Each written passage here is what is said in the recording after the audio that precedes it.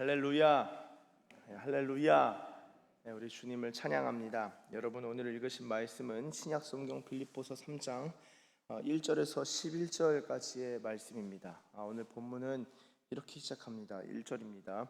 끝으로 나의 형제들아, 주 안에서 기뻐하라. 너에게 같은 말을 쓰는 것이 내게는 수고로움이 없고 너희에게는 안전하니라.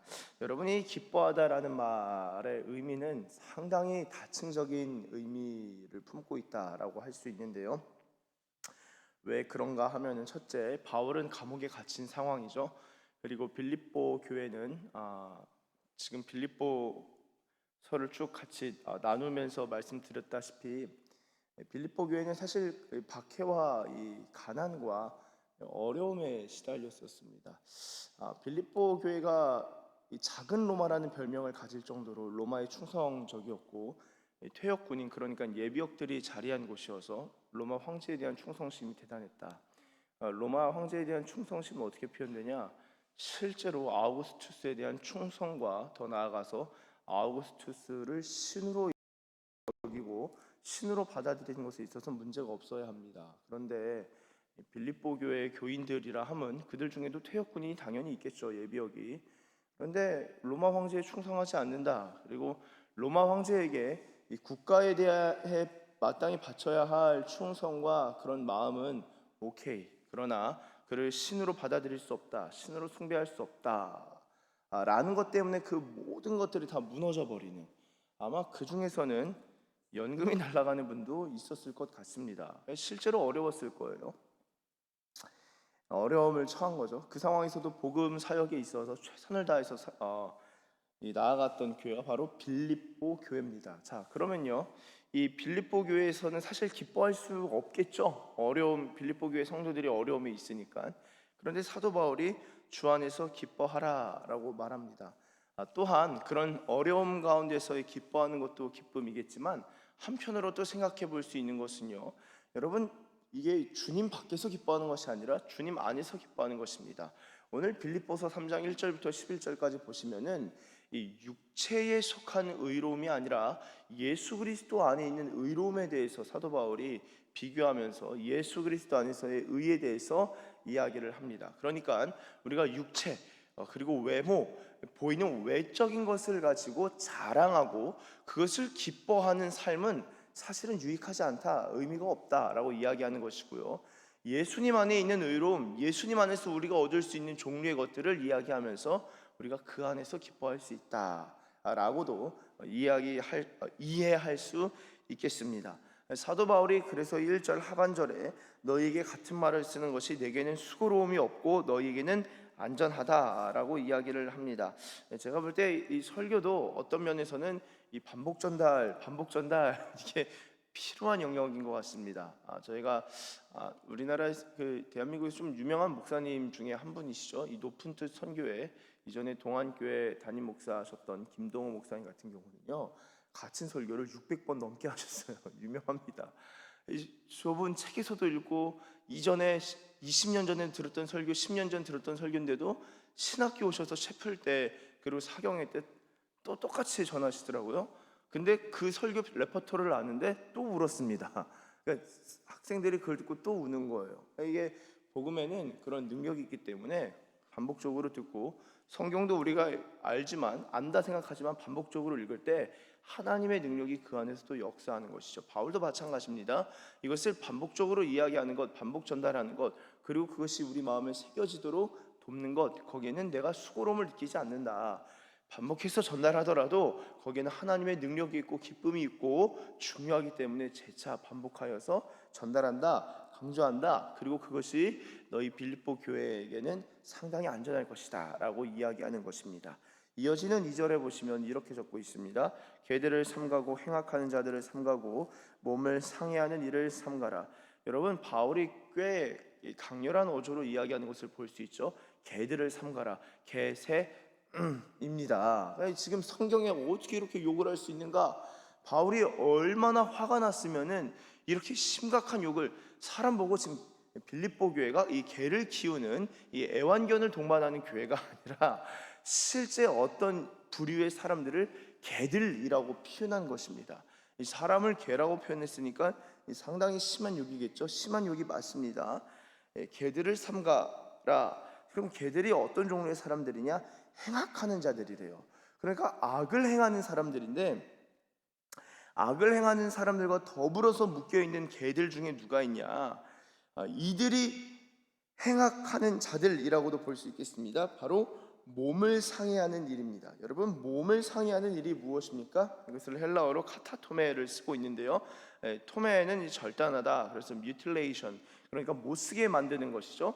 이 카타라는 것은 with, 옆에 있는 것입니다. 그러니까 뭔가 몸을 상해하는, 어떤 자해하는 것을 생각해 볼 수 있겠는데요. 흥미로운 것은 3절에 보시면은 우리가 곧 할레파라라고 적고 있습니다. 할레는 헬라어로 페리토메라고 합니다. 그 주변을 다 잘라내 버리는 거예요. 그것이 페리토메인데, 카타토메와 페리토메를 이야기하는 것을 보니까 이 바울이 지금 워드 플레이하는 것 같습니다. 언어 유희를 사용하는 것이죠. 그러니까 지금 카타토메, 몸을 상해하는 일을 삼가라. 그런데 우리가 진짜 페리토메, 할레파다라고 이야기합니다. 여러분, 그러니까 사실상 이 절에 몸을 상해하는 일을 하는 사람은요, 할레파라고 할 수 있겠습니다. 근데 어떤 종류의 할레파냐? 이 육체를 상당히 중요시 여기는, 육신의 일을 상당히 중요시 여기는 빌립보 교회 안에 유대주의자들, 예수님께서 이루신 의가 있고 예수님께서 이루신 구원이 있고 예수 그리스도 안에 무한한 은혜가 있는데도 불구하고 이것들을 나도 알아, 그대로 내버려 두고 할례 받아야 돼, 몸을 상하는 일을 계속 해야 돼. 이게 진짜 약속이야. 그래서 강력한 율법주의, 유대주의가 이 빌립보 교회 안에 있었다라고 할 수 있겠습니다. 여러분, 이렇게 외적인 것에 대한 이 집중과 집착을 보이게 되면요, 결국에는 이 율법을 가지고 모든 것을 판단하고, 그 율법으로는 사람이 의롭게 될 수 없죠. 그럼 외적으로는 경건한데 내적으로는 자꾸 황폐에 들어갑니다. 내적으로 황폐해지면 어떻게 될까요? 자꾸 죄짓게 돼요.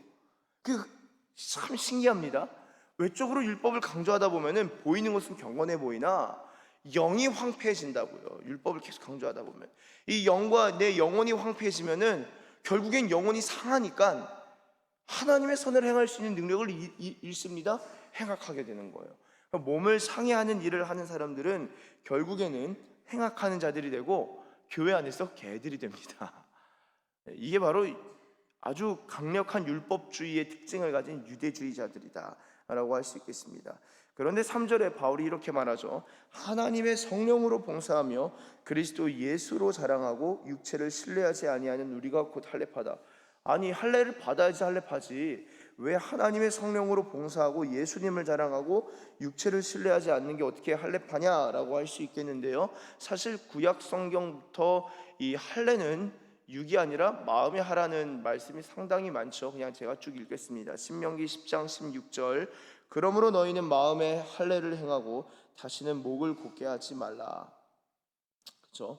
에스겔서 44장 9절, 이방인 중에 마음과 몸에 할례를 받지 아니한 이방인은 내 성소에 들어오지 못하리라. 단순히 몸의 할례가 아니라 마음의 할례를 같이 분명히 구약 성경부터 이야기를 하고 있습니다. 사도행전 스데반 설교 때는 이렇게 얘기하죠. 목이 곧고 마음과 귀에 할례를 받지 못한 사람들아, 너희도 너희 조상과 같이 항상 성령을 거스르는도다. 여러분, 누가 성령을 거스를까요? 누가 성령을 대적할까요? 나는 성령 대적하고 싶지 않아요. 목사님, 저는 성령 대적하고 싶지 않아요. 그런데요, 무의식적으로 그리고 자연스럽게 성령을 계속 대적할 수가 있습니다. 누가요? 마음의 할례를 받지 못하면요. 이 마음과 귀의 할례를 받지 못하면요, 영이 굳어집니다. 목이 굳어져서 하나님의 말씀을 듣지 못하는 거예요. 그러니까 할례는 이 몸이 아니라 마음에 베풀라라고 로마서에서 이야기하고 있죠. 로마서 2장 28절 한번 찾아보실까요? 이거는 로마서 2장 28절 29절.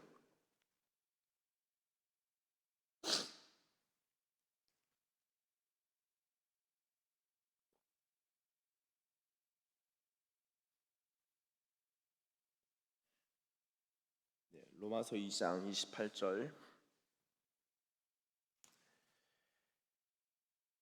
로마서 2장 28절 29절 한번 같이 읽어보시겠습니다. 시작.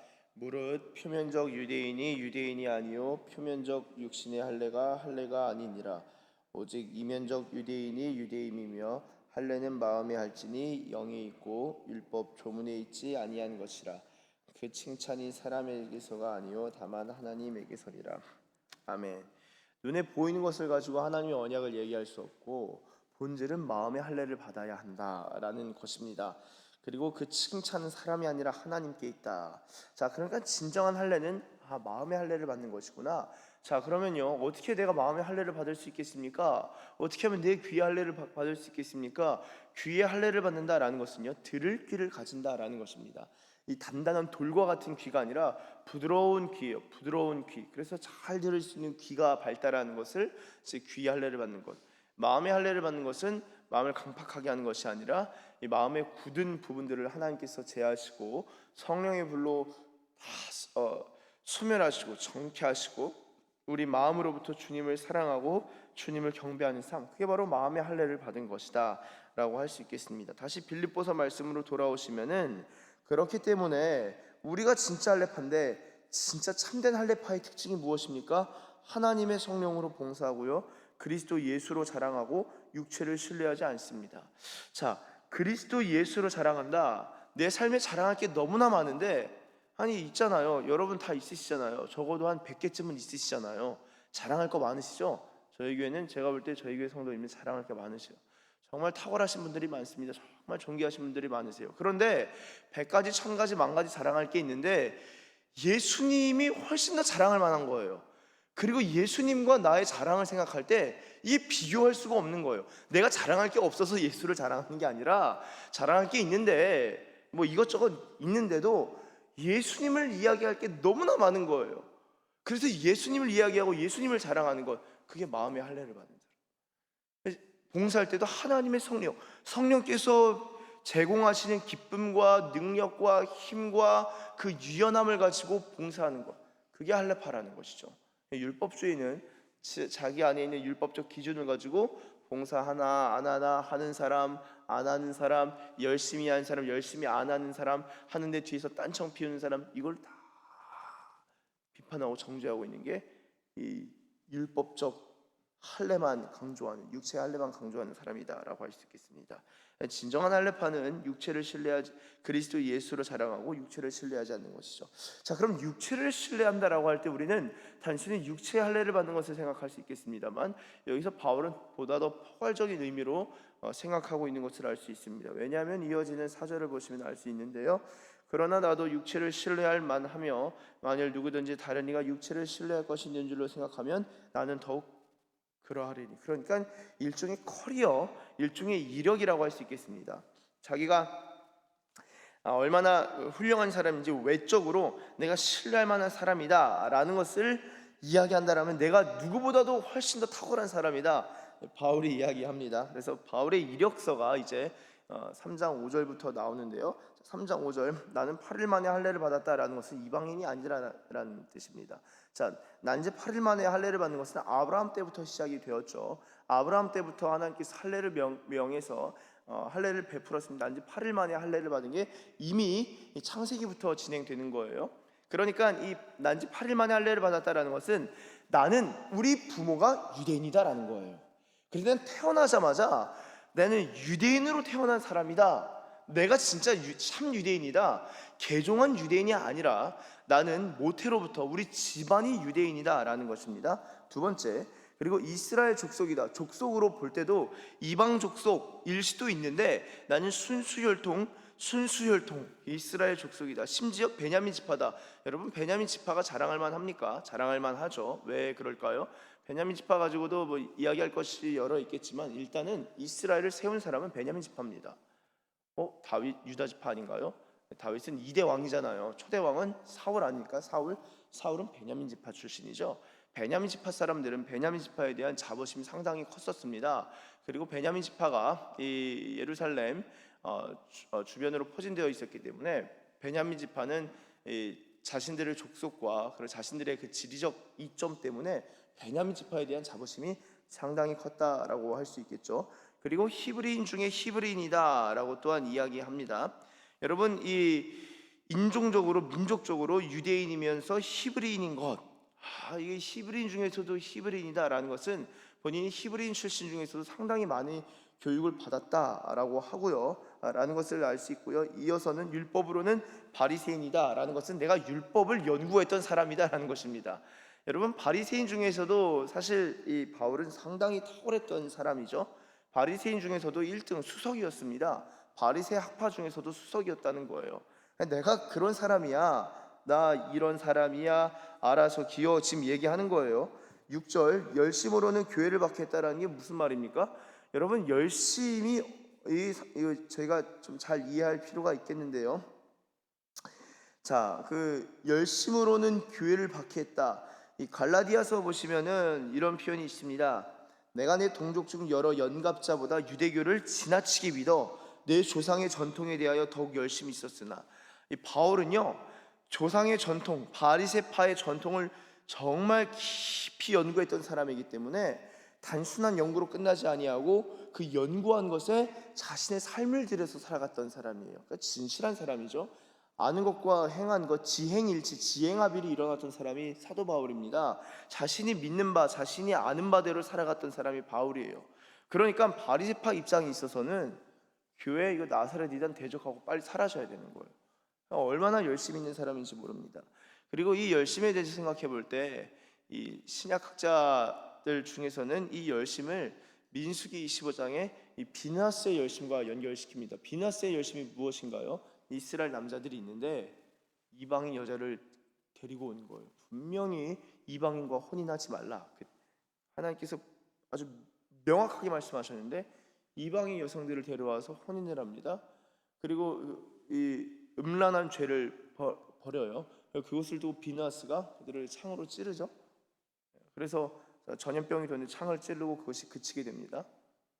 근데 그것을 두고 성경이 뭐라고 평가하냐면은 하나님의 질투로 질투했다라고 적고 있습니다. 그래서 비느하스에 대해서 하나님께서 칭찬하시고 은혜를 베푸시고 약하시는 장면이, 약속을 베푸신 장면이 민수기 25장에 나오는 것을 알 수 있습니다. 그래서 이 평화의 언약을 주셨고 영원한 제사장 직분의 언약, 그가 그의 하나님을 위하여 질투하여 이스라엘 자손을 속죄하였다라고 적고 있습니다. 자, 그러면요, 잘 보세요. 바울이 구약에 대해서 정통한 사람이죠. 비나스를 보면서 야, 이거 죄를 짓는 사람들을 우리가 하나님의 질투로, 하나님의 열심으로 저들을 찔러 죽여야겠다. 그래서 젤롯이라고 하잖아요. 열심당. 열심당은요, 독립투사들 중에서도 무장 독립단체를 젤롯파라고 합니다. 젤롯파. 예수님의 제자 중에서도 젤롯 당원이 있었죠. 그 열심이라는 게 실제로 싸우는 거예요. 실제로 죽이는 겁니다. 그러니까 바울이 교회 나사렛 이단이야 그럼 싹 잡아가지고 살인 재판으로 넘기던가, 지나친 고문을 당할 수 있도록, 이제 그 일을 그칠 수 있도록, 그 더러운 일을 그칠 수 있도록 사람들을 잡아서 넘긴 일, 그 열심에 있어서 자기가 최고였다는 거예요. 바울이 지금 그것을 이야기하는 겁니다. 자기가 열심을 가지고 교회를 박해했고 율법의 의로는 흠이 없다. 여러분, 율법의 의로는 흠이 없다라는 것은요, 율법을 지키는, 그래서 이 엘리사벳에 대해서도 주의 모든 계명과 규례대로 흠이 없이 행하더라라는 것은 규례를 명확히 알고 그 규례에서 어긋나지 않도록 그 절차와 행동 절차를 잘 준수했던 것, 그것이 바로 율법의 의로는 흠이 없다라고 할 수 있겠죠. 죄를 아예 안 지었다라는 의미가 아닙니다. 율법 규례에 있어서 준수했다라는 거예요. 그런데 이제부터 이제 바울이 자기가 이런 이력이 있는데 내가 이제 어떻게 변했는지를 이야기합니다. 이제 잘 보셔야 돼요. 7절, 그러나 무엇이든지 내게 유익하던 것을 내가 그리스도를 위하여 다 해로 여길 뿐더러. 자, 여기서 유익하던 것, 잠깐 저를 봐주시면요, 유익하던 것은 켈도스라는 단어를 씁니다. 그리고 그 손해, 해로 여긴다라는 것은 제미아라는 헬라어 단어를 써요. 자, 손해가 있고 이익이 있어요. 이 두 가지를 같이 두는 것이 무엇입니까? 밸런스 시트라고 하죠. 대차 대조표입니다. 그러니까 내가 계산을 딱 해봤는데 이거 유익하고 이거 손해네. 이거 손해라는 거예요. 자기가 너무 대단하고 자랑할 만한 게 다 손해고, 나한테 유익했던 것들이 죄다 손해고, 내가 자랑할 수 있는 거, 나한테 유익한 것은 오히려 예수 그리스도를 아는 것, 이것이 가장 유익하다라는 것을 이야기합니다. 그래서 8절, 내게 유익하다는 것을 다 선에 여기는 것으로 볼 뿐만 아니라 8절, 모든 것을 해로 여기는 것은 내 주 예수 그리스도를 아는 지식이 가장 고상하기 때문이라 내가 그를 위하여 모든 것을 잃어버리고 배설물, 스퀴발론이라고 하거든요. 이 스퀴발론은 실제로 배설물, 우리 오물을 말합니다. 직접적으로는 그냥 똥이에요. 똥. 아주 지저분한 이 배설물로 여기는 것은 그리스도를 얻고 그 안에서 발견되려 합니다. 자, 그러면요, 지금 바울이 육체를 신뢰한다라고 할 때 자신의 이력과 자신이 자랑할 만한 모든 것들을 뭐라고 여기는 거예요? 일단은 재미야, 손해라고 여기는 것이고요. 그 손해도 어떤 종류의 손해예요? 스퀴발론, 배설물, 쓰레기라는 거예요. 왜냐? 그런 것들을 가지고 내가 그리스도 안에서 내가 누군지를 확인할 수 없다는 거예요. 이런 것들을 다 옆으로 다 치워버리고 내가 그리스도 안으로 들어가서 바라볼 때 내가 그리스도 안에서 내 자신을 발견하고 그리스도 안에서 내가 자랑할 것들을 진정으로 발견할 수 있고, 내가 내 육체로서 의를 말할 수 없고 예수님 안에서 진정한 의로움이 무엇인지를 내가 알 수 있고 발견될 수 있다. 그것이 이제 9절입니다. 믿음으로 말미암은 것이고 곧 믿음으로 하나님께로부터 난 의라. 자, 믿음으로 난 의가 어느 정도까지 사람으로 영광스럽게 이끌어 갈까요? 바울은요, 자신의 그 육체에 신뢰할 만한 것으로 살아갈 때는요, 기껏 최선의 열심을 다할 때 교회 박해하고 사람 죽이고 사람 고문으로 넘기는 거였습니다. 그런데 예수 그리스도 안에서 자신이 발견되니까 그 의가, 믿음으로 말미암는 의가 그 자신을 어디로 이끌어 가는가? 10절, 내가 그리스도와 그 부활의 권능과 그 고난의 참여함을 알고자 하여 그의 죽으심을 본받아 어떻게 해서든지 죽은 자 가운데서 부활에 이르려 하노니. 부활의 영광까지 이르게 하는 것이죠. 믿음으로 말미암는 의는요, 가장 영광스러운 길로 우리를 인도한다라고 할 수 있겠습니다. 사랑하는 이 서산기시교회 가족 여러분, 저와 여러분이 이 세상에 자랑할 것이 참으로 많은 참 존귀한 사람들입니다. 그런데 우리가 예수 그리스도를 보는 순간, 예수 그리스도 안에서 우리가 자신이 누군지를 아는 순간, 이 자랑할 것들이 심지어는 어느 순간에는 나한테 손해를 미치고 있구나, 내가 쓸데없는 것을 붙들고 있구나, 자꾸 이런 것들로 나를 자랑하려고 하는 것이구나, 이런 것 때문에 내가 예수님을 바라보지 못하고 이런 것 때문에 예수 그리스도 안에서 내가 누군지를 발견하지 못하는구나 라는 것을 발견하는 것은요, 우리의 힘으로 되는 것이 아니라 성령의 인도하심과 성령께서 우리 마음에 할례를 베푸실 때 가능한 것이다 라고 할 수 있겠습니다. 바라고 소망하기는 저와 여러분이 우리 인생의 자랑이라고 할 만한 것들을 손해로 여길 줄 알고 그리스도 안에서 유익을 얻고 그리스도 안에서 영광스러운 것들, 그리스도 안에서의 의를 발견하고 경험하고 누리시는 저와 여러분들 되시길 예수님의 이름으로 축원합니다. 기도하겠습니다. 하나님 아버지 감사합니다. 주님,